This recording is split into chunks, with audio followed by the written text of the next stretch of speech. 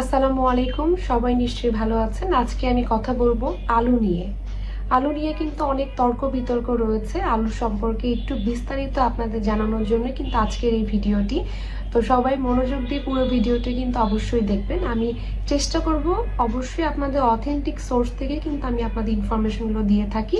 তো একদম মন খুলে চোখ বন্ধ করে বিশ্বাস করতে পারেন। তো দেরি না করে চলুন জেনে নেই যে আসলে এই আলু খেলে কি হচ্ছে, আলুর পুষ্টিগুণ কি কি আছে, আসলে আলু কারা খেতে পারবে, কারা খেতে পারবে না। প্রথমে বলে নিই যে আলু একটি আদর্শ কার্বোহাইড্রেটের সোর্স এবং এখান থেকে দেখা যায় যে প্রতি 100 গ্রাম আলুতে কিন্তু আমরা 60 থেকে 80 কিলো ক্যালোরি পর্যন্ত পেয়ে থাকি। এবং এটা ডিপেন্ড করবে আসলে আলুটি সিদ্ধ না আলুটি র সেটার উপরে। এখানে কিন্তু আমরা প্রোটিন পাচ্ছি 1.2 গ্রাম, যেটা কিন্তু ভালো একটি প্রোটিন সোর্সও হতে পারে, সেকেন্ড ক্লাস প্রোটিন। এবং এটার মধ্যে কিন্তু আমরা কার্বোহাইড্রেট পাচ্ছি 14 গ্রাম। আর এখানে যেটা হচ্ছে যে আমাদের কিন্তু পটাশিয়ামের মাত্রা আলুতে কিন্তু অনেক বেশি থাকে, ভিটামিন সিও কিন্তু কম্পারেটিভলি অনেক বেশি থাকে আলুতে। তো এখন আমরা জেনে নিই যে আসলে এই আলু আমরা কারা খেতে পারি, আলু আমাদের কি কি উপকার করতে পারে। নিউট্রিশন ভ্যালুগুলো কিন্তু জানার পরেও আপনাদের প্রশ্ন থেকে যেটা আমাদের স্বাস্থ্যের জন্য বা শরীরের জন্য কি কি উপকার বয়ে নিয়ে আসতে পারে। যেহেতু এখানে আমরা দেখছি যে প্রোটিনও আছে এবং আমাদের কার্বোহাইড্রেট কিন্তু এখানে 14 গ্রাম এবং ক্যালোরি কিন্তু খুব বেশি না, তাই কিন্তু আমরা প্রতিদিন পরিমিত পরিমাণে আলুটি খেতে পারি। এই জিনিসটা আমাদের মাথায় ঢুকাতে হবে। সব খাবারের কিন্তু ক্যালোরি আছে, কোন খাবারটি আমাকে কতটুকু খেতে হবে এটা ডিপেন্ড করবে আপনার প্রতিদিনে কতটুকু ক্যালোরি চাহিদা রয়েছে আপনার আদর্শ ওজন মেনটেন করার জন্য বা আপনার আদার্স রোগগুলোকে নিয়ন্ত্রণ রাখার জন্য। কোন ক্যালোরি, কতটুকু ক্যালোরি, কোন টাইপের ফুড নিতে হবে এটা কিন্তু আপনার নিজস্ব ব্যক্তিগতভাবে আলাদা হতে পারে, সবার ক্ষেত্রে কিন্তু সেম না। তো এই যে আমরা 100 গ্রাম ক্যালোরিতে 100 গ্রাম আলুতে আমরা যে ক্যালোরি পাচ্ছি এটা কিন্তু কম্পারেটিভলি বেশি না, কিন্তু দেখা যায় 100 গ্রাম জিনিসটা আসলে কতটুকু এটা আমাদের আগে বুঝতে হবে যে 100 গ্রাম আলু কতটুকু হতে পারে। এটা আপনারা কিচেন স্কেলে মেপে নিতে পারেন। সেখানে যদি আমরা কিচেন স্কেলে একটা আলু দেই তাহলে বোঝা যাবে যে এখানে আসলে একটা আলুতে কত গ্রাম আমরা এখানে আলু ওজনটা আসছে। তখনই কিন্তু আমরা বুঝে যাব যে আলুর ক্যালোরিটা কত, একটা আলুতে কত ক্যালোরি পাচ্ছি। মজার ব্যাপার হলো আলুটা আমরা দেখা যায় যে সবসময় যেটা করি যে অনেক মজা করে আমরা ফ্রাইড চিকেনের সাথে কিন্তু আমরা ফ্রেঞ্চ ফ্রাই হিসেবে আলুটাকে খেয়ে ফেলি। আবার অনেক সময় আলুর কিন্তু চিপস তৈরি করি বাসায়, বা আলু ভর্তা করে খাই, বা দেখা যাচ্ছে আলু আমরা মাছ মাংসে বা যে কোনো তরকারিতে ব্যবহার করে থাকি। সবচেয়ে একটু কষ্টের ব্যাপার হলো যে এই একটা মাত্র সবজি যেটা কিন্তু আমরা সবজি হিসেবে খাই, কিন্তু এটা সবজি না, এটা আসলে কার্বোহাইড্রেটের সোর্স। এবং এই খাবারটি কিন্তু আমরা সারাদিনে অনেকভাবে খেয়ে থাকি। এটা সকাল থেকে শুরু করে কিন্তু একদম রাত পর্যন্ত আমরা অনেকভাবে এটা ব্যবহার করি। যেমন সকালে আমরা যদি রুটি খাই, রুটি কিন্তু কার্বোহাইড্রেট, সেখানে যদি আমরা আলু ভাজি খেয়ে থাকি তাহলে কিন্তু রুটির সাথে কিন্তু আলু ভাজিটাও কার্বোহাইড্রেট যাচ্ছে। এবং যখন আমরা এটা তেল দিয়ে ভেজে ফেলি তখন কিন্তু আমি যে এতক্ষণ বর্ণনা করেছি এটা কিন্তু সিদ্ধ, পানি দিয়ে সিদ্ধ বা কাঁচা আলুর পুষ্টিগুণ বলেছি। যখন আমরা এখানে তেল ব্যবহার করছি, যত গ্রাম তেল দিব এবং এটাকে যখন আমরা হিট দিব, রান্না করব, তখন কিন্তু এটার ক্যালোরি ভ্যালু চেঞ্জ হয়ে অনেক গুণ বেড়ে যেতে পারে। আর আরেকটি যেটা হতে পারে যে আপনি কার্বোহাইড্রেটের সাথে কার্বোহাইড্রেট নিলে যেটা হয় যে সবজির যে ভেরিয়েশনগুলো হয় সেটার একটু ঘাটতি হতে পারে। এবং একই টাইপের হওয়ার থেকে বেটার যদি আপনি এটাকে খাদ্যের 6টি গ্রুপের মধ্যে ব্যালেন্সড বা সুষম করতে পারেন সেটা কিন্তু আপনার জন্য অনেক ভালো।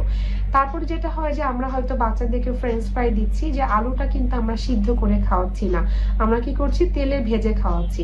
সেখানে দেখা যাচ্ছে আলুর যে পুষ্টি গুণাগুণটা সেটা কিন্তু চেঞ্জ হয়ে যাচ্ছে, বলে পরিবর্তন হয়ে ক্যালোরি ভ্যালুটা বেড়ে যাচ্ছে এবং আদার্স নিউট্রিশন যেটা আছে ভিটামিন সি সেটাও কিন্তু নষ্ট হয়ে যেতে পারে। আর আলুর যে নিজস্ব পুষ্টি গুণাগুণ সেখানে কি হচ্ছে, ভিটামিন সিটা কিন্তু আমাদের প্রিভেন্ট করে স্কারভি যে সমস্যাটা বা ডিজিজগুলো সেটাকে কিন্তু প্রিভেন্ট করে থাকে। এটার মধ্যে যে হাই পটাশিয়াম থাকার কারণে কিন্তু আমাদের হার্টের ডিজিজকে কিন্তু নিয়ন্ত্রণ করতে পারে, যেমন ব্লাড প্রেশারটা কন্ট্রোল করে পটাশিয়াম। তাই আলু কিন্তু পটাশিয়ামটা ভালো সোর্স হওয়াতে এই রোগগুলোকেও কিন্তু নিয়ন্ত্রণ করতে পারে। তবে যাদের কিডনি রোগ আছে বা ক্রিয়েটিনিন মাত্রা বেশি তারা কিন্তু আলুটা খাবেন না, ডক্টরের পরামর্শে খেতে খাইতে হবে, কেননা কিডনি পেশেন্টদের ক্ষেত্রে কিন্তু পটাশিয়াম রেস্ট্রিক্টেড ডায়েট দেওয়া হয়। তো এই ক্ষেত্রে কিন্তু তাকে চিন্তা করতে হবে যে সে আসলে খাবেন কি খাবেন না, এবং তাকে একজন বিশেষজ্ঞ পরামর্শ নিয়ে কিন্তু গ্রহণ করতে হবে।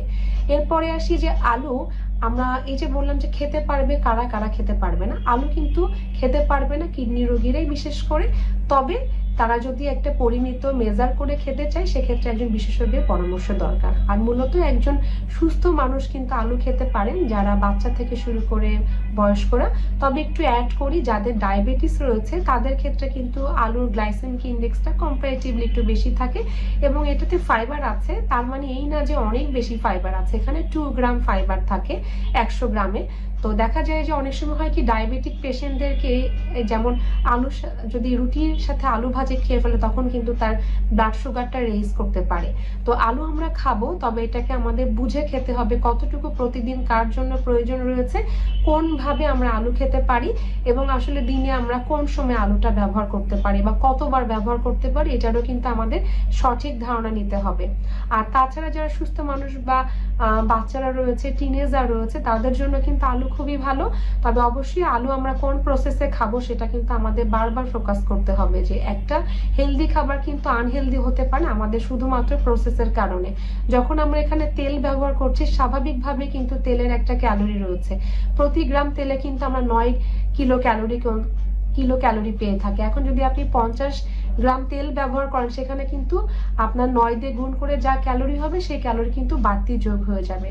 তো বুঝতেই পারছেন যে আসলে প্রসেসটা অনেক গুরুত্বপূর্ণ জিনিস। আরেকটি হলো যে আমাদের মিষ্টি আলু। মিষ্টি আলু কিন্তু অনেক পুষ্টিকর একটি খাবার। এটার মধ্যে যে কি পরিমাণ আপনাদের ভিটামিন এ রয়েছে এবং বিটা ক্যারোটিন রয়েছে, এটা আনবিলিভেবল। তো এটা আমাদের বাচ্চাদের জন্য খুবই ভালো। বাচ্চাদের দৃষ্টিশক্তি, চোখের রাতকানা রোগ দূর করতে কিন্তু খুব গুরুত্বপূর্ণ ভূমিকা পালন করে থাকে। বাচ্চাদের শরীরে এনার্জি প্রোভাইড করে থাকে। এটা বড়দের জন্য হেলদি, এবং দেখা যায় যে এখানে এই খাবারটি যদি মিষ্টি আলু কেউ কোনো মেয়ে বা কোনো ফিমেল খেতে চান তাহলে কিন্তু তার স্কিনের জন্য কিন্তু খুবই উপকারী। তাই মিষ্টি আলুটাও আপনারা চাইলে ডায়েটে রাখতে পারেন। মিষ্টি আলুর প্রতি 100 গ্রামে আমরা 105 কিলো ক্যালোরি পেয়ে থাকি, এবং এখানে কিন্তু আমাদের ভালো একটি আমরা পুষ্টি গুণাগুণ পাই, এটা আমরা ব্যাখ্যা করেছি। তাই এখন বুঝে নিতে হবে যে আপনারা আসলে কখন কোন ফরম্যাটে কি প্রসেসে আলুটি খাবেন। আপনাদের আমার নিশ্চয়ই আর বলতে হবে না, আপনার ভিডিও থেকে বুঝতে পেরেছেন। তো ভিডিওটি কেমন লাগলো অবশ্যই আমাকে জানাবেন, আর অবশ্যই আমার ভিডিওটি শেয়ার করে সাথেই থাকবেন। সবাই ভালো থাকবেন, সুস্থ থাকবেন।